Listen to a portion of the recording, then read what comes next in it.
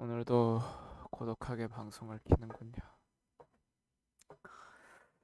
사실 방송을 자주자주 해야 되는데 이게 뭐 다들 아시다시피 현업도 있다 보니 현생의 삶, 저 여기 사이버 메타버스의 삶과도 다른 삶이 있어서 이게 뭐 마음 같지 않네요. 하고 싶은데. 여튼 오늘 뭐 들어오신 분이 없는 것 같아서 기다렸지만 방송을 또 시작해 보도록 하겠습니다. 언젠가 저의 이런 방송이 빛이 보는 날이 오지 않을까라는 희망과 기대를 걸어봅니다. 아, 그 방송에 들어가기 앞서서 독자 수가 5명밖에 안 되는데, 이 정도면 뭐 거의 뭐 성장 속도가 너무 느려서 뭐 이러다가 좀 자극적인 콘텐츠로 가야 되나 싶기도 하고, 뭐 코인 맞은 방송이라도 해야 되나? 뭐 여튼 어떻게 하면 구독자 수를 늘릴 수 있을까에 대한 고민이 많아졌습니다. 뭐 잡설은 요 정도까지만 하고 이제 본 얘기로 들어가자면 아 일단 첫 번째 이슈는 이스라엘이랑 이란 전쟁이죠. 뭐 요거는 주말에 갑자기 터져서 뭐 비트 좀 떨어져가지고 뭐 걱정하신 분들도 있을 것 같은데 일단 결론만 딱 정리하면은 전쟁은 자 완전 맨 처음 시작했을 때였나 방송 때 그때 얘기했던 시나리오 중에서 약간 약속한 버전으로 간 것 같아요. 전쟁이 그냥 서로 그러니까 애초에 이게 되게 막설이 길은데 뭐 미국에서 이스라엘의 그런 계획을 미리 유출했다라는 말도 있고 그리고 이제 이스라엘 입장에서도 뭐 공격을 이제 뭐 핵이나 유전 이런 핵심 시설은 타겟을 안 했다라는 얘기도 있고 뭐 여러 이것저것 종합적으로 봤을 때 그렇게 막 전쟁을 확전할 생각이 아직까지는 없는 것 같고 그리고 이스라엘 입장에서도 말이 나왔는데 이스라엘 이란도 대응을 할 생각이 없다라는 식으로 얘기를 했어가지고 뭐 아직까지는 그렇게 전쟁이 확장이 될 것 같지는 않아요. 그리고 미국 입장에서도 전쟁이 확장되는 걸 바라지도 않을 거고. 근데 다만 이제 문제는 여기 보시면은 이 러시아 입장에서는 사실 러시아는 이런 전쟁이 확장되기를 뭐 약간은 희망을 하고 있을 수도 있죠. 이해관계 입장에서. 그래서 이렇게 경고를 했다. 러시아가 이스라엘의 이란 공격에 폭발적인 긴장 고도로 이어질 것을 경고했다. 그리고 이란 입장에서도 잘 생각해 보면은 한 대 쳐 맞았는데 그걸 반격을 안 한다? 이것도 좀 이상하거든요, 제 생각엔. 그래서 뭐 반격을 안 하겠다라고 답변을 했다라고는 하지만 잘 모르겠어요. 이게 어떻게 이어나갈지. 그리고 트럼프가 뭐 최근에 말한 뭐 얘기로는 뭐 전쟁이 필요하다라는 듯한 뉘앙스로도 풍기는 것 같기도 하고. 그러니까 민주당 입장에선 당연히 지금 체제를 안정화시키는 게 중요하니까 전쟁이 더 이상 확정이 안 됐으면 좋겠다라는 입장이겠지만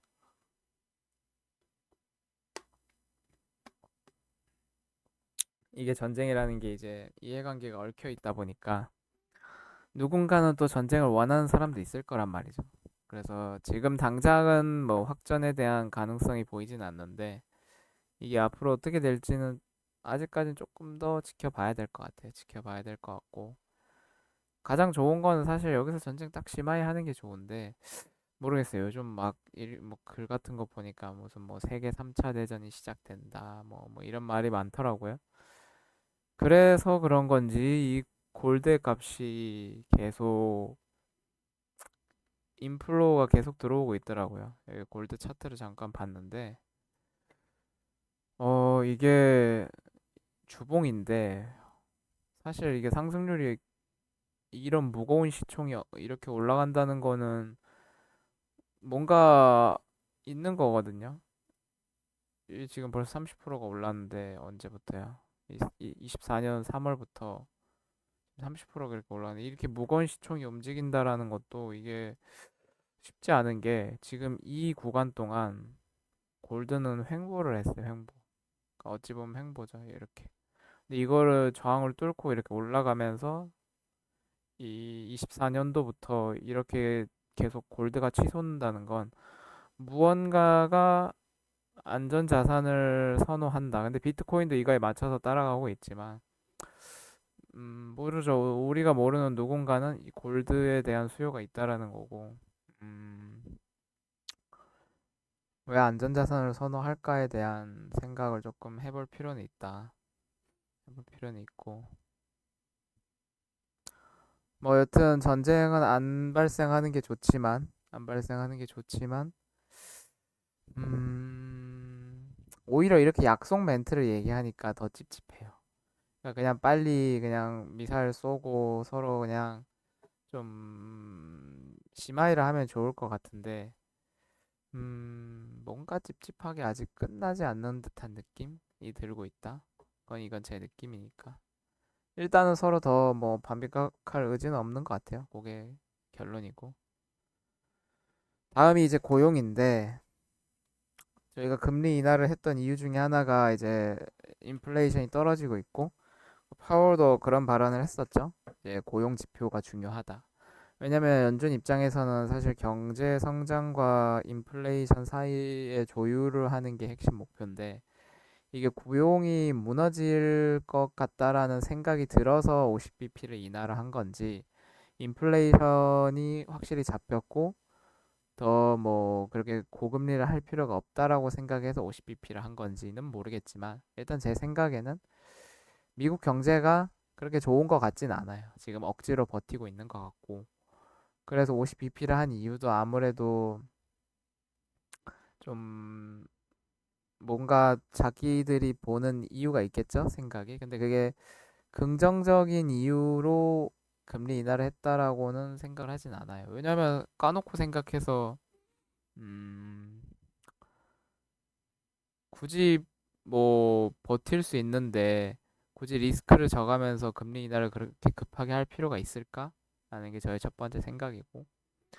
그러니까 만약에 정말로 뭐 미국이 튼튼하고 경제가 튼튼하고 그리고 인플레이션이, 그러니까 이거 비유를 하자면은 병원에 갔는데 이제 뭐 이 사람이 뭐 질병에 걸렸어. 근데 약을 지금 처방을 해준 게 이제 금리 인하라고 하면은 약을 처방을 해줬는데 이 사람이 이제 그 약을 먹으면서 충분히 버틸 수 있으면은 그 질병, 그러니까 인플레이션이라는 질병이 없어질 때까지, 완벽하게 없어질 때까지 계속 금리를, 차라리 약을 좀 더 먹는 게 낫겠죠. 안전하게 없애는 게. 근데 그 약을 먹음으로써 이 사람이 뭐 몸이 좀 무너진다거나 막 이렇게 막 몸이 안 좋아진다. 그러면 적절하게 약을 조절을 할 필요가 있다라는 거죠.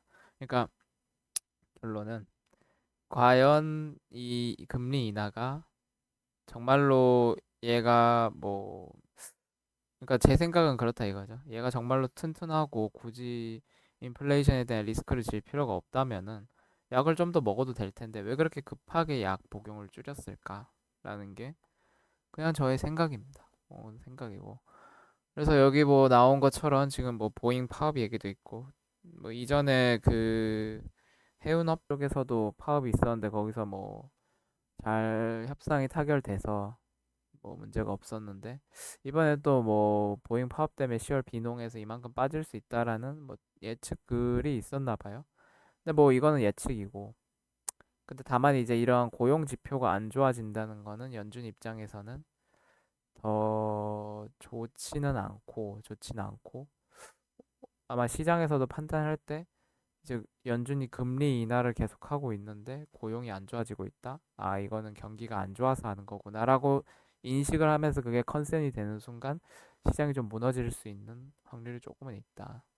그렇고 옆에 기사도 이제 보면은 미국에서 더 많은 해고가 올 수 있다라는 내용인데, 뭐 이것도 어찌 보면은 그냥 설문조사 느낌이니까 뭐 명확하게 100% 맞다라고 볼 순 없지만, 근데 이러한 설문조사에서 이제 향후 1년 안에 뭐 이러한 인력 감소나 아니면은 고용 해고 같은 현상이 높아질 수 있다. 수치가 높아질 수 있다라는 건 어쨌든 금리 인하랑 고용이 그렇게 맞물려서 뭔가 컨센이 생겨버리면은 아무래도 시장의 참여자들 입장에서는 아, 금리 인하가 경기가 좋아서 한 것이 아니라 오히려 지금 이 환자의 몸이 안 좋아서 약을 급하게 줄이고 있는 거구나. 근데 만약에 그렇게 했는데 인플레이션까지 올라간다?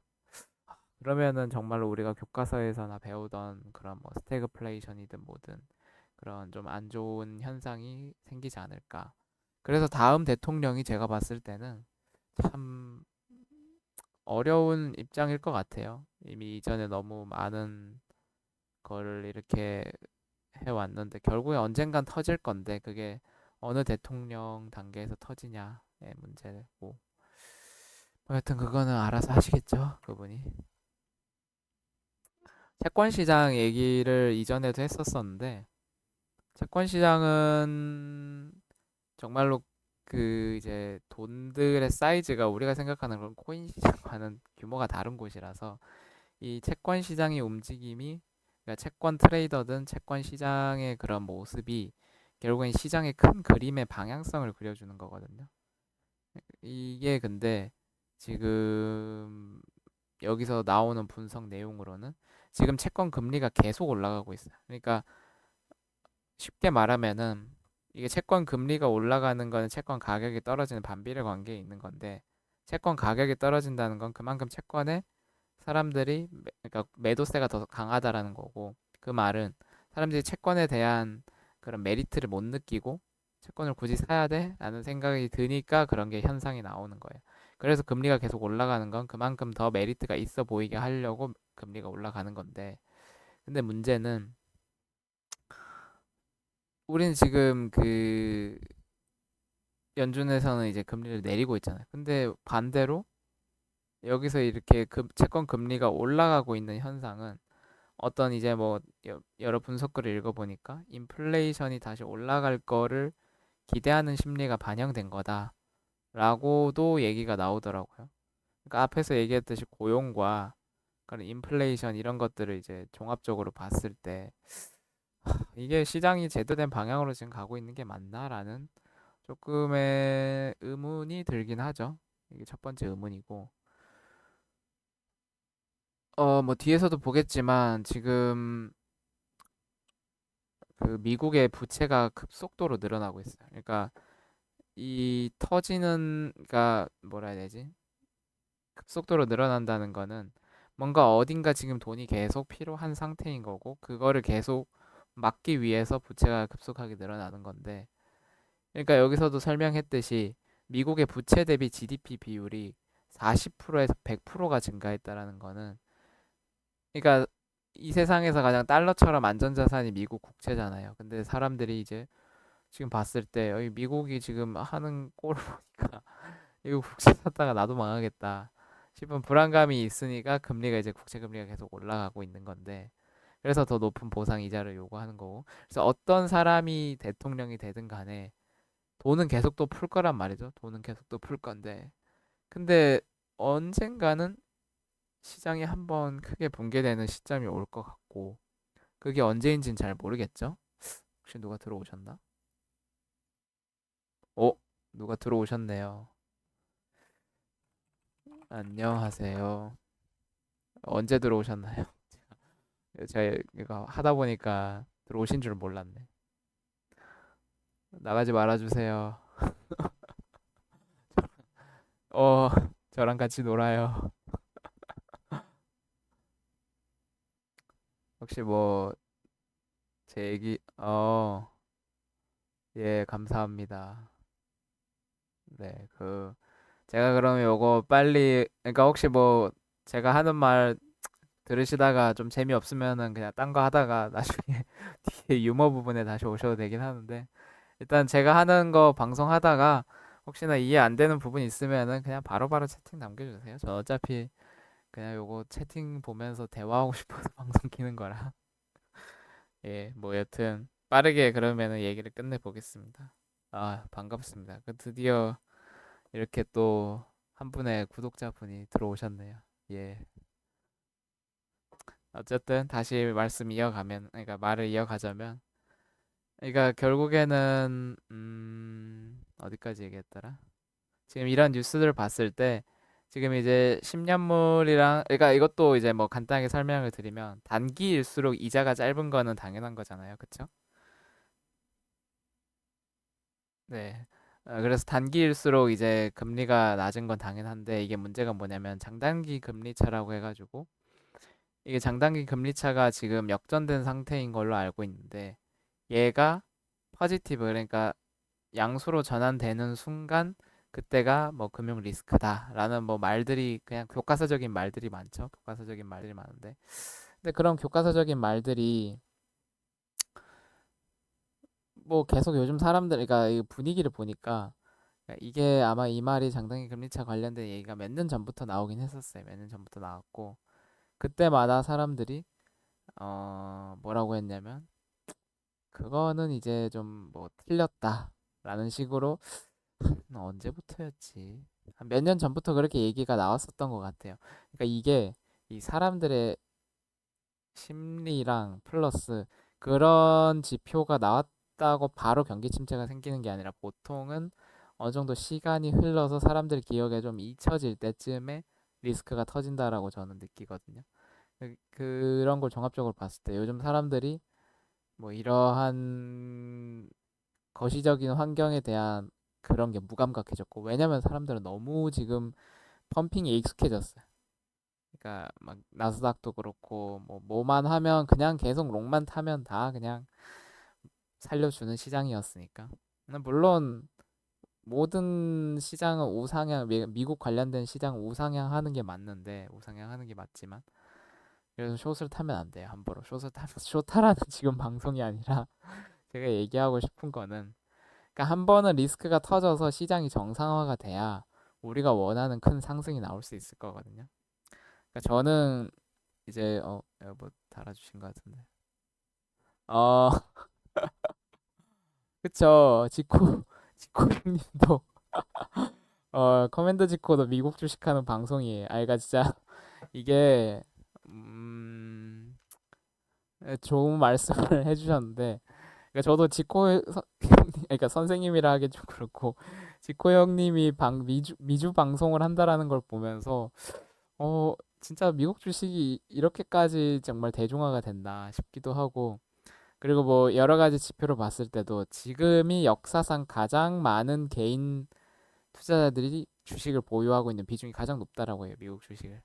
그러니까 이게, 음, 뭐 여러 가지 지표로 봤을 때 언젠가는 리스크가 터질 때가 있어요. 터질 때가 있는데, 그게 언제인지를 예측하는 건 사실 뭐 무당이라고 그러니까 신의 경지라고 생각을 하고 다만 제가 생각했을 때는 그 리스크 터지는 게 얼마 남지 않았다라는 게 저의 그냥 생각이고 느낌이에요. 느낌이고 뭐 여튼 다시 이어가자면은 요런 지금 국채 금리에 대한 내용을 그러니까 채권 시장에 대해서도 요즘 뉴스가 계속 나오고 있죠. 뉴스가 나오고 있는데 근데 이게 리스크라는 게 모든 사람이 알면 또 안 와요. 그러니까 요즘 뉴스에 이렇게 또 너무 채권 시장에 대한 얘기에 좀 말이 많아서 지금 당장은 또 안 올 수 있을 것 같긴 한데 여튼 리스크를 조심하시라 하고 싶은 말이고 채권 시장의 흐름에 대해서 조금 주의 깊게 좀 봐야 될 필요가 있다라는 거고 그리고 이 블랙록의 이 사람 레리 핑크 이 사람이 그 경고를 했죠. 그러니까 지금 미국 부채 관련해서 그러니까 이 사람이 제가 찾아봤는데 레리 핑크가 리스크 관점에서 굉장히 중요시하는 사람인 이유가 과거에 자기가 리스크 관리를 실패해서 한번 크게 데인 적이 있어가지고 그 이후부터 리스크 관리에 되게 철저한 사람이라고 들었어요. 그래서 이 사람이 ESG에 대해서도 굉장히 강조를 한 이유가 기업 자체에서 수익을 내는 모델도 중요하지만 그 기업이 리스크 대비를 제대로 못하면 한순간에 무너질 수 있다라는 걸 알고 있기 때문에 투자자 입장에서도 그게 기업이 무너지면 자기 주가를 그 돈 넣은 게 휴지 조각이 되니까 그런 식으로 리스크 관리의 중요성을 강조하는 사람인데 이 사람이 이제 블랙록에서도 이제 지금 뭐 비트코인 관련해서 리포트가 나오는데 그런 리포트를 읽어보면은 핵심은 이제 이 비트코인이라는 자산은 뭔가 위험성을 가지고 있으면서도 이 리스크를 해지해 줄 수 있는 안전 자산의 모델이 될 것이다라는 듯한 뉘앙스의 내용을 좀 얘기를 하더라고요. 근데 이게 미국이 한번 손을 이제 손바뀜이 일어나고 난 이후부터 코인이 확실히 뭔가 좀 이게 비트코인 좀 무빙이 좀 이상해지긴 했어요. 그러니까 옛날에 그런 비트코인의 변동성이 아니라 이제는 정말로 약간 금의 모습을 조금씩 닮아가는 느낌? 그러니까 왜 그렇게 계속 생각을 하냐면은 차트를 잠깐만 보면은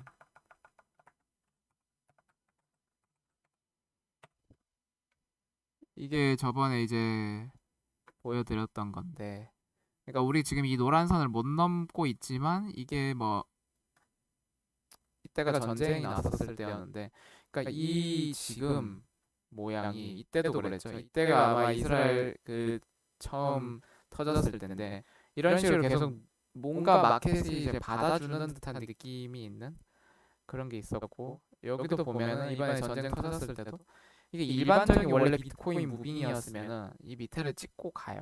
그러니까 이렇게 떨어지는 것도 낙폭이 심하고 이러는데 이렇게 길게 밑꼬리를 지금 계속 달고 있으면서 뭔가 계속 누군가 받쳐주는 듯한 느낌? 이게 어느 정도 비트코인이 관리가 되고 있는 듯한 느낌을 받는 게 저의 생각인데 아무래도 이게 손이 바뀌고 이러다 보니까 그리고 블랙록 입장에서도 그렇거든요. 이제 비트코인을 이 사람들 입장에서는 팔아야 되는데 그런 마케팅을 할 때 얘네들이 그 판매하려는 전략이 있을 거 아니에요. 뭐 예를 들어서 안전자산이라면 안전자산이라는 전략을 가져가면서 마케팅을 해야 되는데 만약 비트코인이 이런 식으로 막 확 떨어져 버려. 그럼 누가 사겠어? 그러니까 약간 어느 정도 이제 조금씩 그런 비트코인의 변동성을 뭔가 조절하고 있는 듯한 느낌이 든다라는 게 그냥 저의 추측이자 생각이긴 합니다. 여튼 그거는 내피셜이고 다시 넘어가면은 얘는 그러니까 뭐 이제 그 예전에 또 금융 관련해서 뭐 위기 뭐 얘기가 많이 나왔었잖아요. 아, 예. 예. 마이크가 이게 가끔씩 조금 움직이면 좀 울리긴 합니다. 예. 다시. 지금은 괜찮으시죠?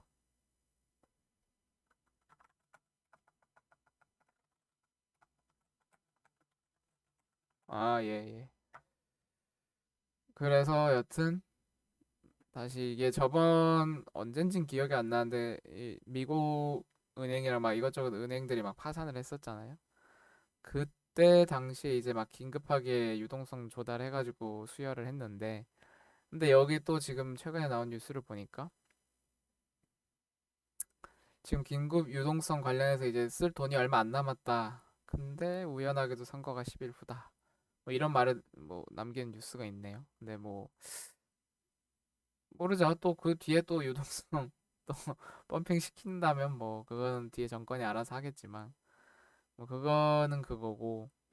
근데 이런 식으로 이 리스크를 감춘다라고 해서 버틸 수 있을까라는 생각이 들고 마침 또 이렇게 뻑큐 모양이긴 한데 약간 엿먹으라는 것 같긴 한데 뭐 여튼 그런 식으로 언젠간 터질 거를 굳이 이렇게 계속 막는 게 의미가 있을까?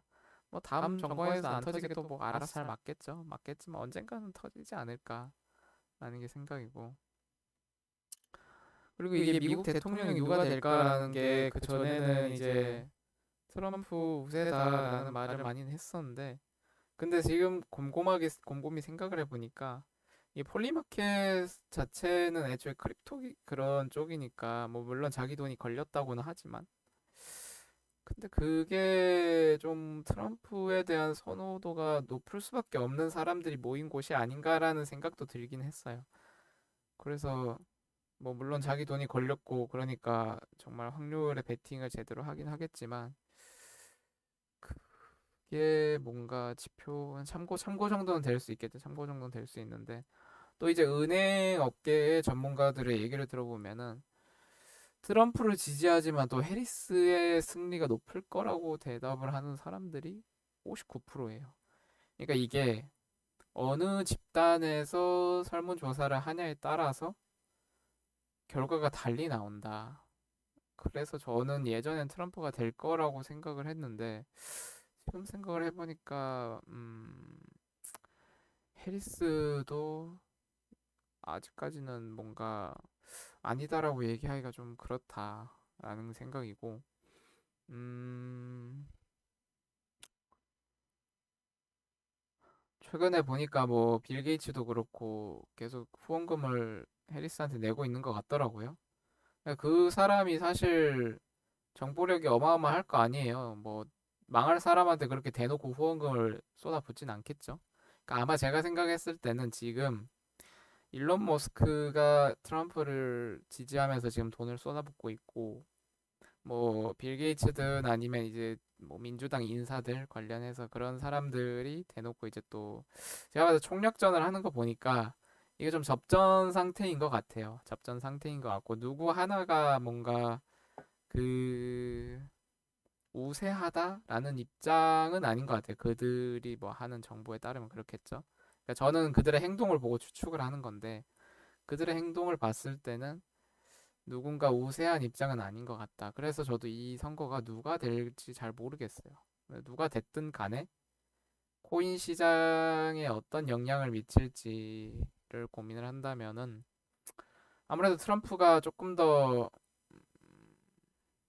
음, 뭐 유리하겠죠. 코인 시장 자체에는. 근데 뭐 해리스도 민주당이니까 원래 이게 민주당이 돈을 풀어야 또 코인 시장이 상승하듯이 누가 됐든 간에 좋지만 트럼프가 되면은 잘 모르겠어요. 코인 시장이 조금 좋을 수도 있긴 한데 이게 주식 시장과 코인 시장은 또 같이 한 몸이어가지고 혹시나 이게 주식 시장에 또 악재가 터지면은 그러니까 이게 왜 이거 여기서부터 음모론이지만 왜 그렇게 생각하냐면 지금까지 전에도 얘기했지만 지표가 너무 잘 나오고 있고 이게 대선 용도로 그렇게 하는 건지 아니면은 정말로 지표가 잘 나오고 이게 미국이 정말로 건전한 건지는 모르겠지만 제가 봤을 땐 그냥 대선 용도 그러니까 주식 나스닥을 계속 올리기 위한 용도로 지표 발표가 잘 되지 않았을까라는 게 저의 추측이고 근데 그게 이제 만약에 다른 당에 이제 그게 된다면은 그 지표가 뭐 어떻게 그러니까 모멘텀이 사라진다 이거죠. 모멘텀이 사라지고 주식 시장이 올라갈 상승 동력을 잃어버리면은 어떻게 될지는 저도 봐야 될 것 같습니다. 근데 여튼 미국 대통령이 누가 될지는 잘 모르겠다. 입니다. 비트코인은 살아있다.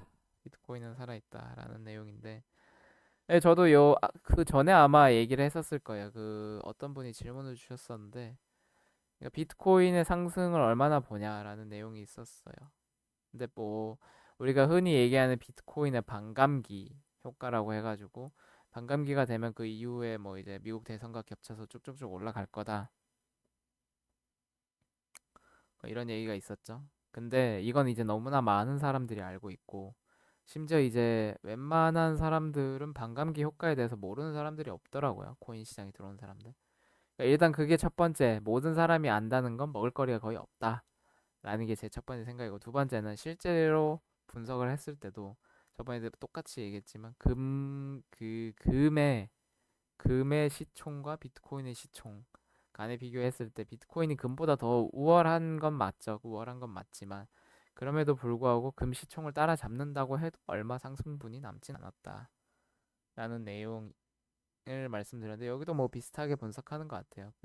다만 여기서는 얘기하는 게 이제 변동성 얘기도 나오고 시가총액 얘기도 나오는데 그러니까 이게 여기서 얘기했지만 이제는 거시적 자산에 들어갔다 비트코인이. 그래서 아까 제가 그 움직임 무빙도 얘기를 보여드렸던 게 변동성이 점점 줄어들고 있어요. 비트코인의 변동성이. 물론 이제 지금 밑에 보면 이제 옵션 시장이 들어오면서 비트코인의 이제 변동성이 늘어난다라고 얘기하는데 그러니까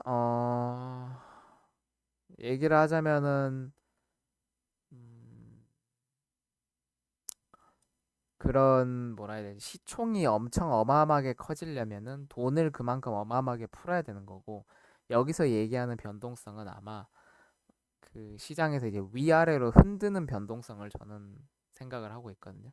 그러니까 가격은 지금 시가총액과 가격은 계속 이렇게 현 상태를 뭐 현 상태든 이제 그 변동성은 줄 수 있지만 그 안에서의 그 미세한 흔히 얘기하는 이제 트레이더들 마진 트레이더든 뭐든 그 위아래의 변동성은 커지지 않을까라는 게 저의 생각입니다. 그래서 마진이나 선물 거래는 하지 마시라. 그 그거는 진짜 사실 저는 마진 방송 이런 거 하는 분들 보면 대단해요. 대단한 것 같고. 근데 다만 이제 그런 걸 보면서 따라 하시는 분들이 있을까봐 그게 제일 우려되긴 하죠. 왜냐면 이 마진 시장은 저도 수차례 많이 해봤고 정말 많이 벌어보면서도 많이 잃어봤지만 이게 결국에는 10번 해서 9번을 따더라도 한 번 실수해서 청산당하면 끝인 게임인 거거든요. 그러니까 흔히 얘기하는 존버가 불가능한 시스템? 야, 뭐 코인을 사놓고 상표만 안 당하면 버티고 버티다 보면 언젠가 올려주겠지라는 그런 게 불가능한 시스템이기 때문에 이게 마진 시장은 진짜 정말 뭐 자기가 차트를 아무리 잘 본다고 해도 마진 아니어도 사실 먹을 거 많잖아요. 할 수 있는 것도 많고. 그러니까 굳이 그렇게 리스크를 지지는 마시라. 그렇게까지 할 만큼 우리의 그런 게 급하진 않잖아요. 급하진 않고. 댓글을 남겨주셨던 것 같은데. 예, 원래 11월에는 하락이 있었다라는 게 뭐냐면 항상 그 미 대선 때는 그러니까 그 뭐 이게 미 대선 전까지는 대선이라는 모멘텀으로 주식시장을 올릴 이유가 있거든요. 왜냐면 대선 때 주식시장이나 이런 자산 위험 자산 시장이 떨어지면은 그 당은 실패 그러니까 그 대선을 이길 수가 없다라는 그것 때문에 무조건 올려요. 미 대선까지는 무조건 주식시장을 계속 올린다가 맞는데 보통 호재가 끝나면은 항상 이 모멘텀이 사라지기 때문에 하락이 나올 수밖에 없거든요. 하락이 나올 수밖에 없고 그리고 지금은 시점이 여기서 뭐 지목해 주셨던 것처럼 정리를 잘 해주셨는데 이게 신기하게 이런 뭐 또 패턴이 어느 정도 또 있긴 하죠. 패턴이 있긴 한데 근데 이번에는 잘 모르겠어요. 뭐 어떻게 될지는 모르겠지만 미 대선이 끝나고 막 상승을 바라본다? 그거는 보수적인 관점에서는 아니지 않을까. 저의 생각은 그렇습니다. 상 비트코인도 아마 무빙 보시면은 이 대선 이후에는 어느 정도 하락이 나오다가 이제 그 이후에 올리는 방향이었는데 뭐 여튼 잘 이제 뭐 정리해 주신 것 같아요. 잘 정리해 주신 것 같고 그 다음이 이제 이분은 이제 국내에서 그래도 유명한 트레이더 분이신데 이분의 관점에서 지금 비트코인 살아 있다라고 얘기하시면서 이분이 이제 페이지 2 사이클이 시작됐다라고 말씀을 주셨는데 이분이 계속 이제 강조하셨던 부분이 그 선물 시장에 힘이 들어와야 된다. 그게 이제 뭐 아마 바이낸스 쪽을 보시는 것 같은데, 뭐 이분은 그래도 굉장히 좀 논리적이고 합리적인 걸로 유명하신 것 같아서 국내에서도 굉장히 잘 보시고 차트를 잘 하시는 걸로 저는 생각해서 일단 가져왔지만, 근데 이제 다만 이제 저의 생각 중에 하나는 음, 비트코인은 지금까지 한 번도 뭔가 그런 큰 위기를 겪어보지는 않았던 자산이죠. 자산이다 보니까 역사가 없고. 그래서 지금까지 이런 기술적 분석상으로 봤을 때는 확실히 굿인 게 맞지만, 그러니까 앞으로 어떻게 될지에 대한 방향성은 저도 함부로 뭔가 말하기가 어려울 것 같아요. 근데 다만, 앞에서 얘기했듯이, 이제 뭐, 비트코인 자체를 안전자산으로 키워나가려는 미국의 생각이나 흐름이 있다면은, 제가 봤을 때는 이 부분의 기술적 분석과 그런 내러티브가 합쳐져서 비트코인 가격은 계속 우상향할 수 있을 것 같아요. 금을 따라가는 거죠, 한마디로. 금을 따라갈 수 있을 것 같고. 근데 다만 이 말이 알트코인과 연결되지는 않을 거예요. 그러니까 뒤에 나오는 말이긴 한데, 얘가 오긴 올 거예요. 언젠가 알트코인의 시점은 오는데, 이게 방금 얘기 드렸듯이 비트코인은 이제 또 하나의 내러티브가 이제 생길 거고, 그게 이제 블랙록이 밀고 있는 하나의 약간 안전자산 느낌이면서 조금 더 그러니까 블랙록은 지금 비트코인을 되게 좀 독특한 자산으로 보고 있어요. 경기 침체와 그 다음에 상승 이런 뭐지 호황 그러니까 이런 자산에 모두 뭔가 적용이 가능한 그런 독특한 자산으로 지금 만들려고 하고 있는 것 같다는 게 저의 생각이거든요. 그러니까 해지 용도로 쓰면서 플러스 달러를 막 찍어낼 때 그거에 또 해지 용도가 되는. 그러니까 인플레이션과 디플레이션에 모두 적용이 되는 자산으로 키워 나가려고 지금 뭔가 만들어 작업을 하고 있는 것 같은데, 그건 저의 추측이고. 어쨌든 비트코인은 비트코인인데 그럼 알트코인 어떡하냐? 사실 알트코인은 계속 강조드리지만 유동성의 그냥 한 형태인 거예요. 유동성의 한 형태. 그러니까 알트코인이 우리가 생각하던 그런 코로나 때든 아니면 24년도든 그렇게 뭔가 큰 상승이 오려면은 계속 강조하지만 위기가 한번 와야 돼. 이게 저는 이 경제 종말론자가 아니라 위기가 왜 한번 와야 되냐면, 이렇게 코로나 때도 그랬잖아요. 위기가 한번 와서 이 유동성을 한번 다시 풀어준다라는 그런 게 나와야 이제 이런 알트코인도 살아날 수 있는 거고, 지금은 유동성이 너무 말랐고 뭔가 올라갈 만한 모멘텀이 아직까지 보이진 않아요. 물론 RWA라고 해가지고 이제 그런 거를 이제 블랙록이 키우고 있고, 언젠가는 제가 봤을 때 이거 RWA는 많은 금융권들도 관심을 가지고 있는 요소여가지고 언젠가는 한번 빛을 볼 날이 올 거라고 생각을 해요. 빛을 볼 날이 올 건데, 근데 그게 이제 아마 이제 유동성이 정말 크게 풀렸을 때 그 내러티브까지 들어가면은 아마 저번에 그 코로나 때가 이제 P2E나 뭐 NFT나 메타버스 요거였다면은, 이번 만약에 대상성이 다시 온다면은 RWA 내러티브와 AI 내러티브가 합쳐져서 굉장히 큰 상승이 한번 오지 않을까라는 게 생각이긴 합니다. 그러니까 지금 24년에 왔던 그 상승은 사실 비교를 해보면은 코로나 때 상승에 비하면 그냥 그 뭐라고 해야 되지? 그냥 잠깐 올라갔다 내려왔던 느낌이라고 생각이 돼요. 왜냐면 그때요, B2E 마코인, 메타버스 코인들이 수백 배가 올라갔거든요. 수백 배가. 그러니까 이 바나나 존이라고 해가지고 흔히 이제 한번 세미 상승이 나오고, 세미 상승이 나온 이후에 컵 핸들 형식으로 해가지고 세미 상승의 정고점을 넘어설 때부터가 정말로 광기의 시장이 오는 건데, 그건 굉장히 짧고 2, 3주밖에 안 돼요. 굉장히 짧고 비트코인이 뽑아 먹을 만큼 유동성을 다 뽑아 먹은 상태에서 그 유동성이 알트코인에 흘러 들어올 때에 그런 상승이 나오는 거예요. 그게 항상 패턴이 이 뭐 이렇게 4년 주기랑 맞물려서 그렇게 됐었고, 음,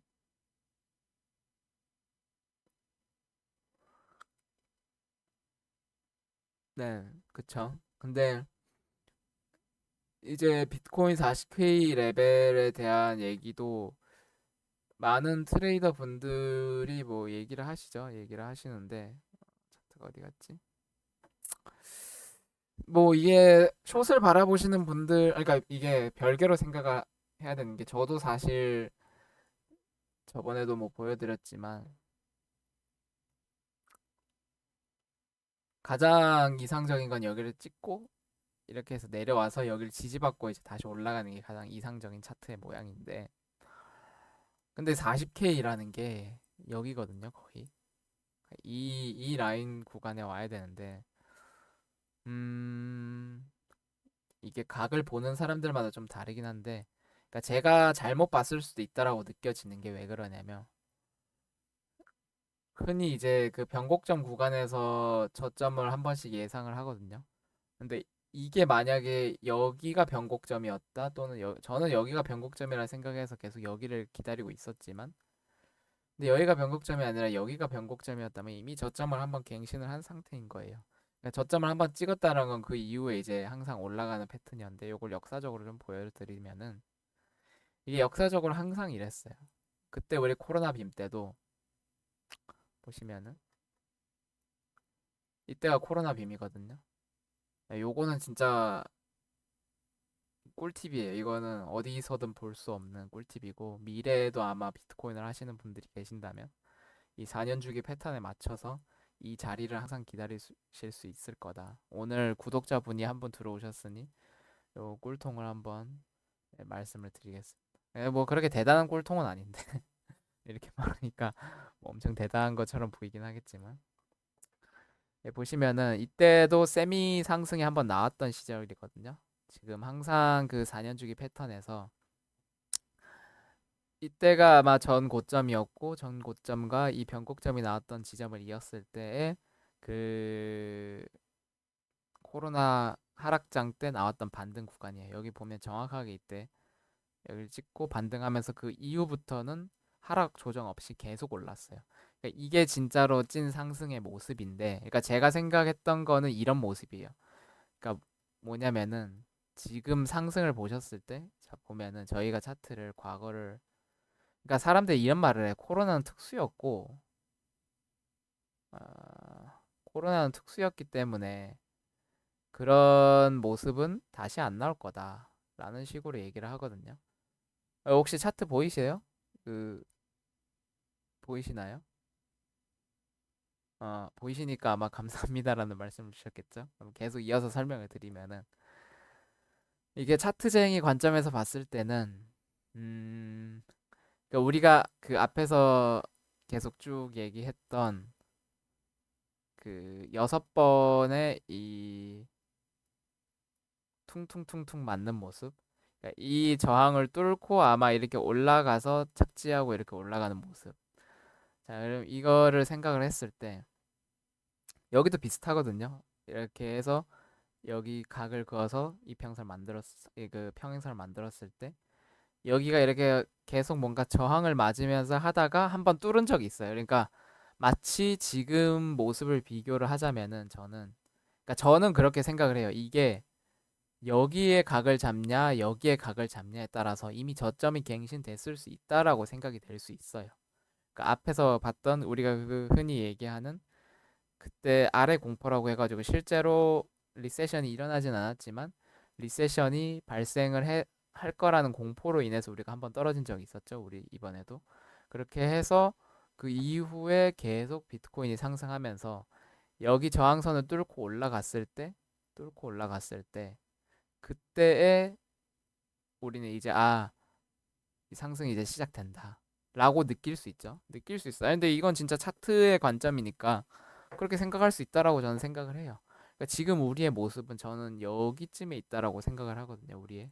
그러니까 이게 만약에 정말로 방금 말씀드렸듯이 저점을 갱신한 상태인 거고 그게 갱신을 했다면은 이미 우리는 비트 열차는 끝난 거예요. 이게 진짜 정말로 이렇게 쭉 올라갈 수 있지만 저의 생각은 아직 저점을 여기를 터치를 안 했잖아요. 터치를 안 했기 때문에. 그러니까 만약에 이거를 이제 이렇게 본다면은 지금 우리의 모습과 차트를 봤을 때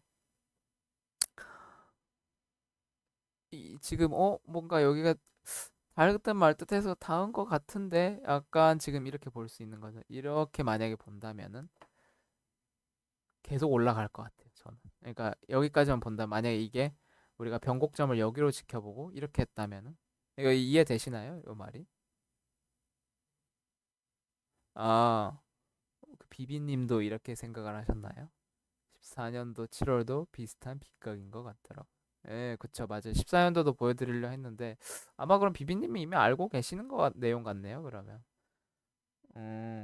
알고 계신 내용이라면 사실 뭐 다른 분들을 위해서 제가 그럼 설명을 드리자면 그냥 뭐 이런 식으로 원래 이제 생각을 한다면은 이미 여기가 닿았으니까 이제 쭉 올라갈 거다라는 게 일반적인 사람들의 생각일 것 같고 저도 그렇게 보일 것 같아요. 근데 저의 생각은 뭐냐면 이게 아직 안 닿았을 수도 있다. 그러니까 여기까지만 보면은 이미 여기를 찍고 이제 올라갈 수 있겠죠. 왜냐면 여기를 지지선이라고 생각할 수 있으니까. 근데 만약에 이게 이렇게 깨서 내려간다면은 어 뭔가 잘못됐나? 라는 생각이 들고 만약에 거기서 경기 침체까지 나온다라고 하면 이런 빔을 한번 맞을 수 있다라는 거죠. 그러니까 이 빔이 그러니까 저는 사실 이게 진짜로 경기 침체의 빔이라고 생각을 하거든요. 그러니까 이런 빔이 안 나온다면은 가능해요. 40K가. 근데 만약에 이런 빔이 안 나온다? 그러면 될지 모르겠어요. 근데 이 각이라는 게 이게 역사적으로 이게 아마 BTC는 빗썸 차트로 봐야 될 것 같은데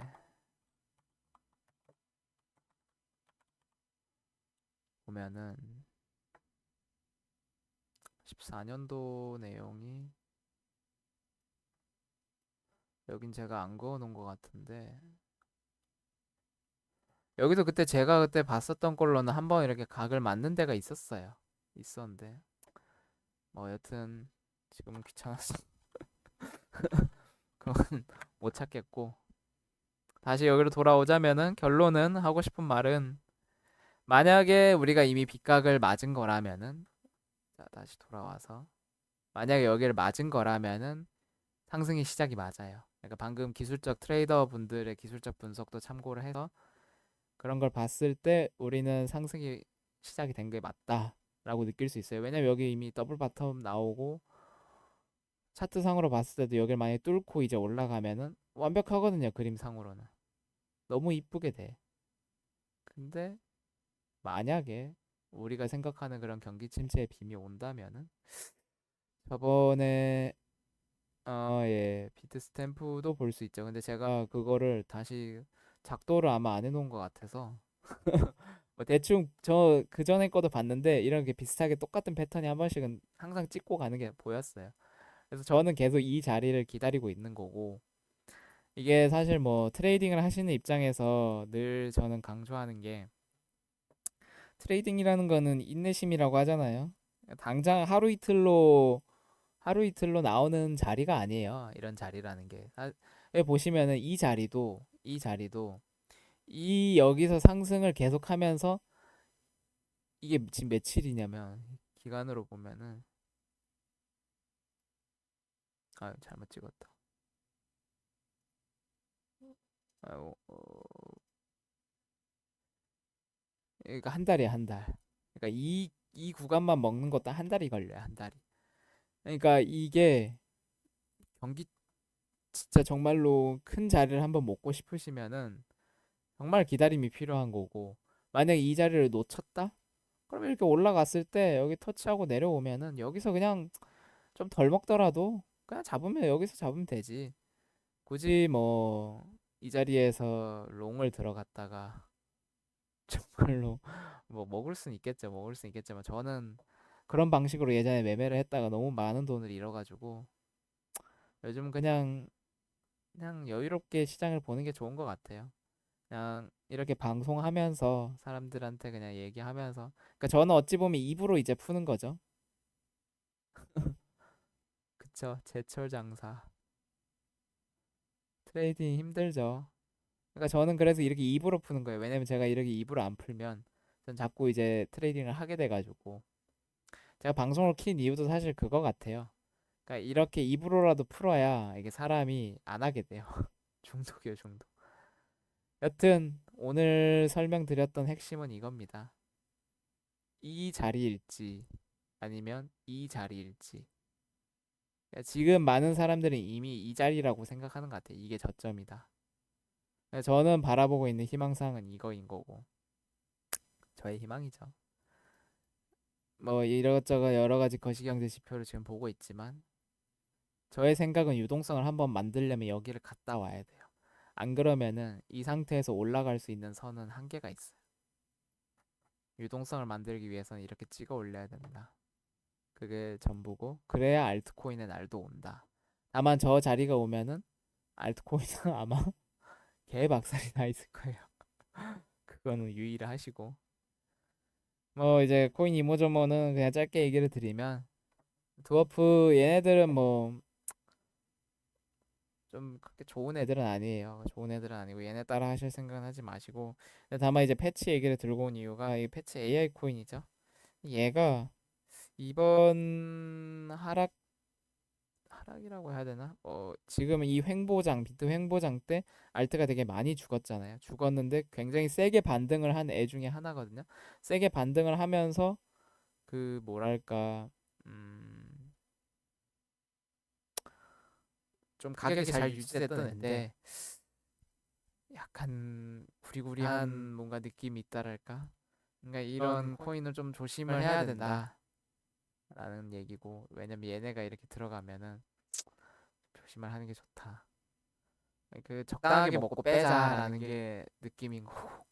앞으로 이제 크립토 AI 쪽이 뜰 것 같은데, 만약에 하락장이 온다면은 AI 관련된 코인도 한번, 이런 코인베이스 쪽에서 관심을 가지고 있으니까, 솔라나 체인이면서 AI 관련된 코인이면은 나쁘지 않지 않을까.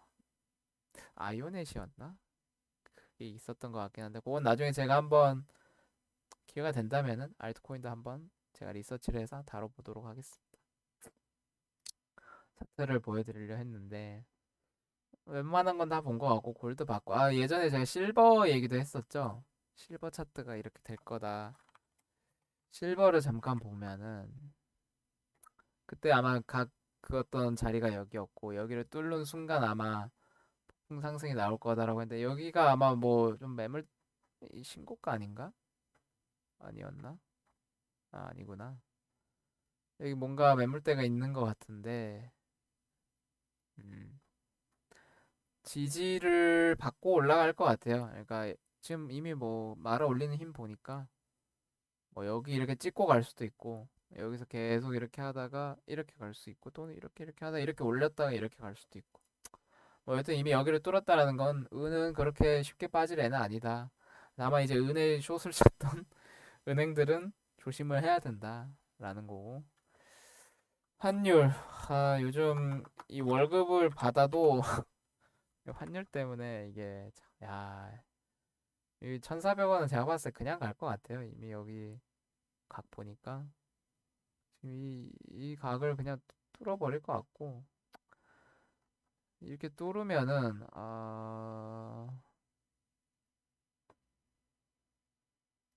이미 뚫었네요.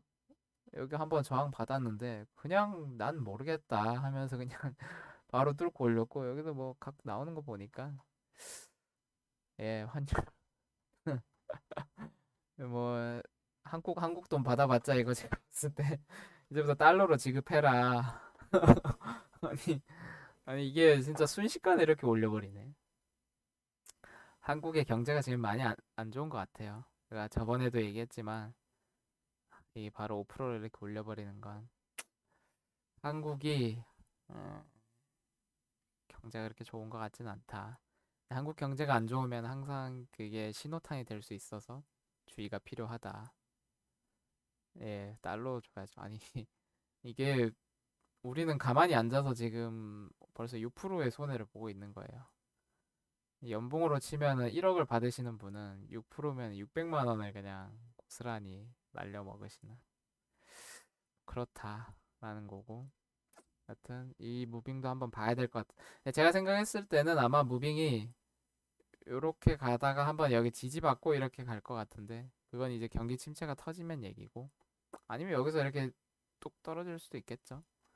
근데 보니까 뭐 지금 얘기하는 거 보니까 뭐 환율도 그냥 당연하게 그냥 뭐지 1,400원 넘는 게 이젠 당연하다는 듯이 뭐 얘기를 하는 것 같은데 제정신 바뀐 사람이 없는 것 같기도 하고 여튼 요거 아직 안 넘었네 아직 안 넘었네 이렇게 생각하면은 각을 그어보면은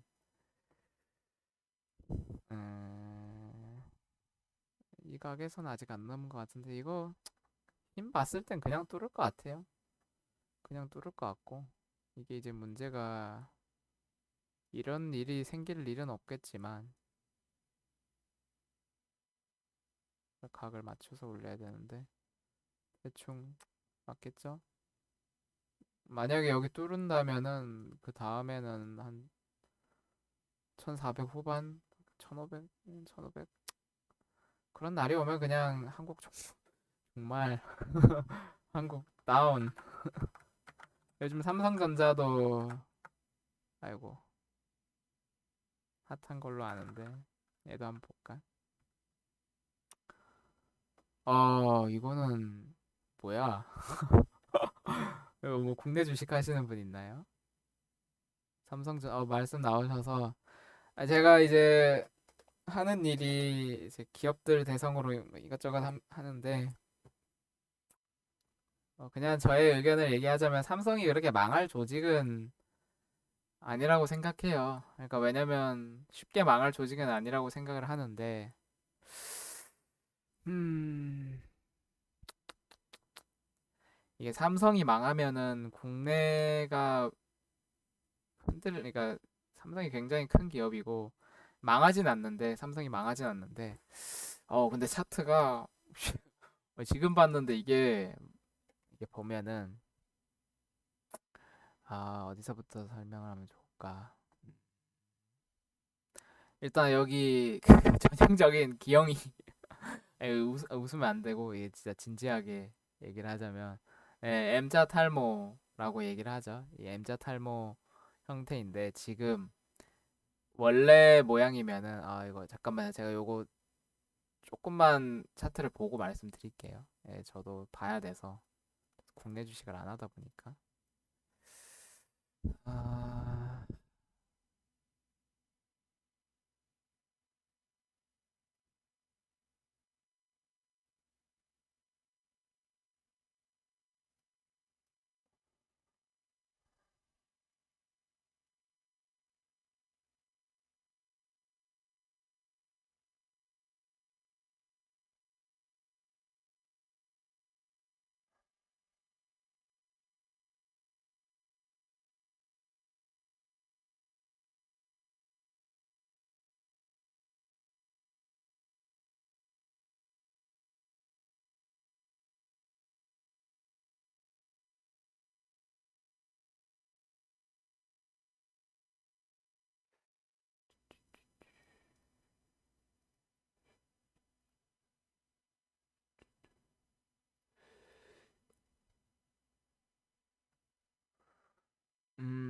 이거는 제가 말씀드리기가 어려워요. 죄송해요.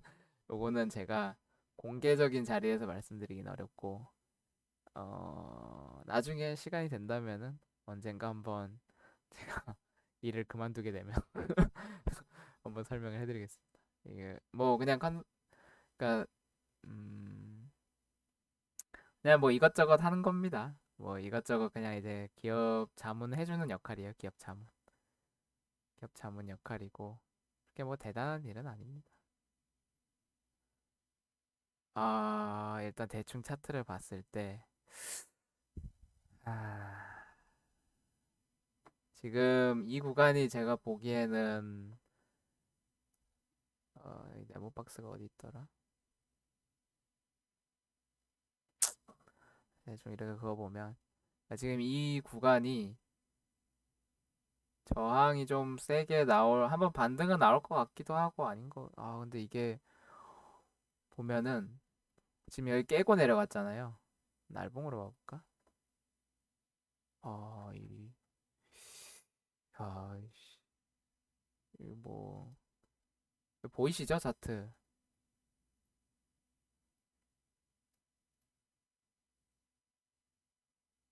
네, 뭐 분할 매수도 좋은 관점일 수도 있는데, 근데 이게 분할 매수를 그쵸. 삼전 좋은 기업이라고 저는 생각을 하고 좋은 기업인데, 근데 음, 뭐 언젠가는 오를 기업인데,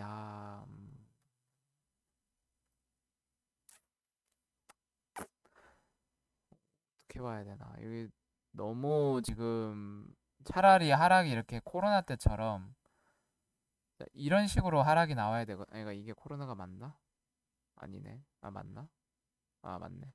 그러니까 이런 식으로 세게 나오고 뭔가 반등이 이렇게 나와야 되는데, 이거는 줄줄줄줄 흐르는 느낌이라 가지고, 음, 뭔가 매수를 말씀드리기도 되게 어렵네요.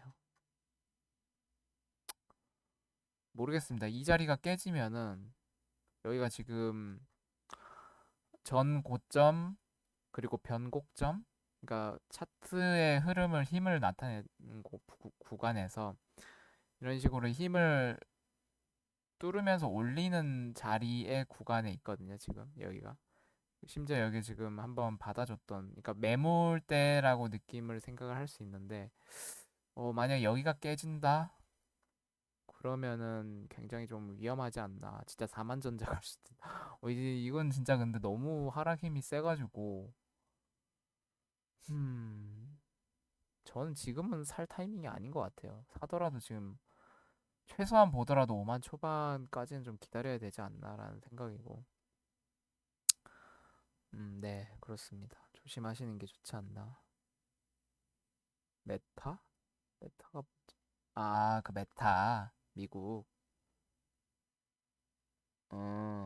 예.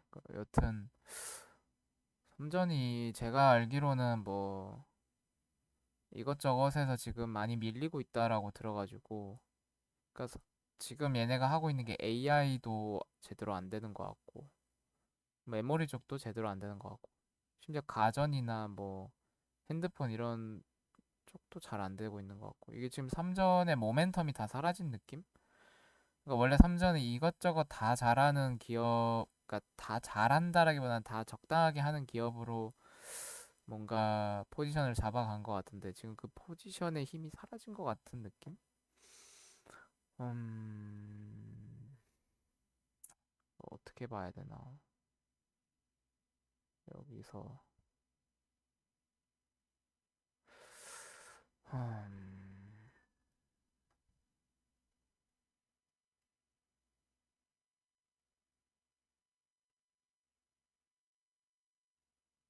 보면은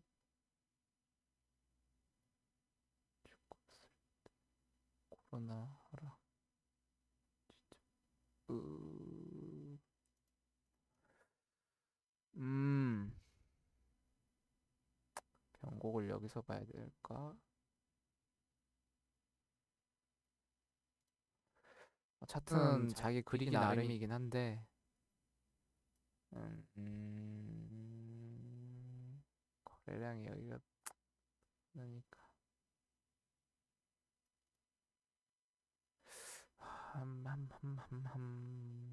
여튼 대충 이렇게 보더라도 아직 하락의 힘은 좀 더 남아있는 것 같아요. 마침 여기 딱 일단 제가 봤을 때는 5만 초반까지 보는 걸로 저는 생각을 하겠습니다. 예, 일단 저의 삼성전자를 만약에 산다면은 5만 초반까지는 일단 좀 보고, 아마 여기서 차트상으로 기술적 반등은 나올 것 같은데 그게 얼마나 힘이 더 갈지는 모르겠네요. 저는 일단 5만 초반을 만약에 산다면 상상 매수로 들어가겠습니다. 엑셀 매매. 제가 살 수는 없기 때문에. 여튼 그렇고 차트는 이 정도로 하고, 유머 보다가 그냥 웃겨서 가져왔는데, 아, are you okay? and I'm happy. 아니, 이게 사람 입장에서 웃으면서 막 머리에 피 철철 흘리는데 I'm happy라고 하면은 웃기잖아요. 웃기고. 요거는 귀여워서 가져왔어요. 곰이 숨어 있는 거. 그리고 딱 숨어가지고 딱 이제 고개를 들까 말까 하는 상태. 웃으라고 가져왔고. 여튼 오늘 준비한 내용은 이 정도입니다. 그래도 오늘 방송을 오셔가지고 너무 감사드리고, 이렇게 또 소통하는 방송이 돼야 이제 또 좋죠. 뭐 혹시 궁금한 거 한 5분 정도 시간 될 것 같아서 궁금한 거 있으시면 질문 주시면 가볍게 5분 하고 가겠습니다. 혹시 오늘 설명드린 게 이해가 안 되는 게 있나 싶습니다. 아, 그리고 예? 아니에요, 아니에요. 방송을 망친 거 없습니다. 좀 오히려 좋은데요. 이렇게 와서 그냥 대화할 수 있는 게 전 좋아가지고. 그, 좋아요와 구독, 댓글, 알림 설정만 해주시면 됩니다. 저는 좋아요와 댓글, 알림 설정만 바라보고 사는 사람이기에 그렇습니다. 아, 이게 이 관점으로 보면은 좋아요 누르셨나요? 여기 맞네. 이걸로 보는 게 맞는 것 같다. 상승. 요거가 딱 맞네. 예. 예, 뭐 그렇습니다. 예, 감사합니다. 토큰파이. 이게 알트는 사실 알트는 지금 제가 딱 얘기 드리지만 차트가 의미가 없어요. 왜냐면 비트 차트를 보고 가는 거기 때문에 의미가 크게는 없는데, 어,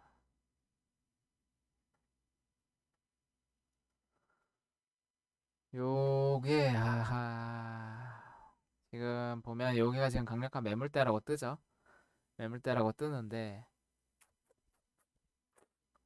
차트를 어떻게 단기적으로 봐야 되나? 이게 중요한 건 비트예요, 항상. 비트를 먼저 보셔야 되고, 일단 당장 말씀드리면은 차트는 그렇게 좋은 차트는 아니에요. 왜냐면 지금 저항선을 계속 트라이 하고 있는데 그냥 흘러내리고 있죠. 그러니까 모멘텀이 없다라는 거예요.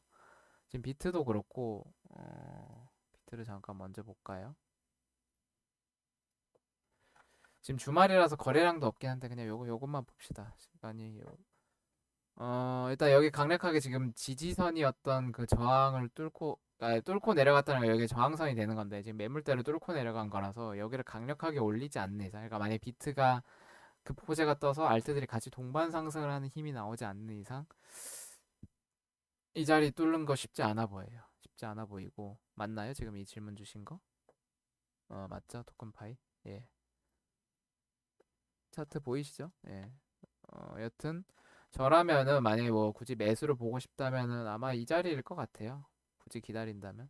왜냐면 항상 이 저갱한다는 건 뭐 모든 사람이 다 바라보고 있는 그런 방향성이기 때문에 한 번의 기술적인 반등은 나온다라는 거고 정말로 큰 흐름에서 본다.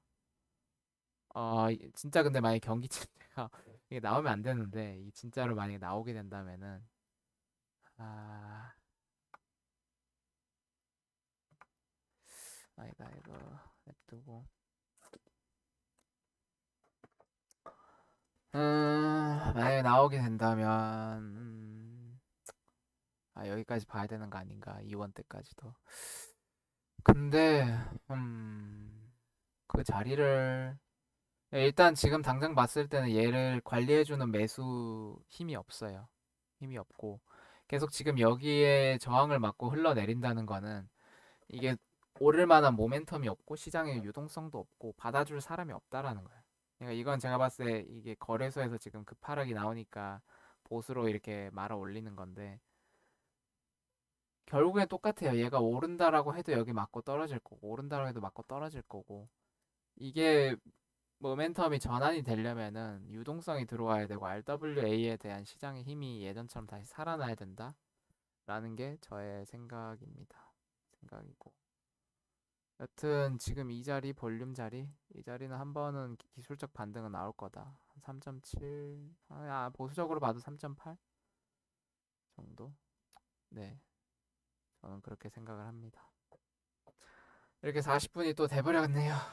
오늘은 이쯤에서 방송을 마무리하고 저도 뒤에 일정이 있어서 아무튼 오늘 와주셔서 감사하고 예 이렇게 또 제가 언젠가 또 기회가 되면 방송을 또 하도록 하겠습니다. 예 주말 잘 보내시고 여러분들 저의 실버 버튼을 받을 수 있도록 많은 좋아요와 댓글 알림 설정 부탁드리겠습니다. 감사합니다. 다음에 뵙죠. 굿바이.